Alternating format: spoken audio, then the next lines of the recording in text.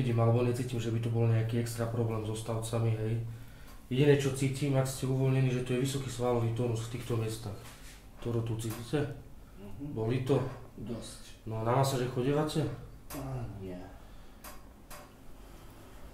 Uvoľnite sa. Čiže stúhnuté svaly zablokujú chrbticu v konečnom dôsledku. Čiže bolo by dobré absolvovať určite nejaké masáže. Stále je to o tom. Stále človek potrebuje mať v poriadku svaly. Ako náhle svaly stúhnú, zablokuje nám to chrbát.